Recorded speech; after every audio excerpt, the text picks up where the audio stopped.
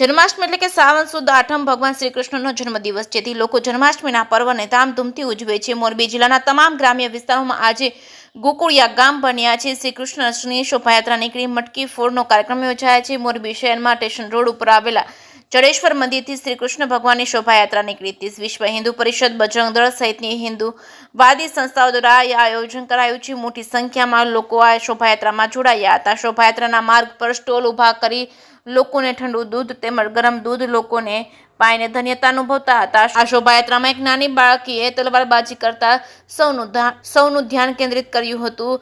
અંકશ્રદ્ધાના દાવ કરવામાં આવ્યા હતા અને આ શોભાયાત્રામાં ત્રાસવાદીના હુમલા અંગેનો ફ્લોટ તૈયાર કરવામાં આવ્યો હતો. શ્રી કૃષ્ણ ભગવાન દ્વારા નાગદમનનો ફ્લોટ તૈયાર કરવામાં આવ્યો હતો. શોભાયાત્રા નીકળી ત્યારથી જ પૂર્ણ થઈ ત્યાં સુધી શોભાયાત્રાના રૂટ પર પૂરતો પોલીસ બંદોબસ્ત ગોઠવવામાં આવ્યો હતો. ભક્તિમય વાતાવરણ ગુંજી ઉઠ્યું હતું. જેકે ગુજરાતી સાથે શ્રીકાંત પટેલ, મોરબી.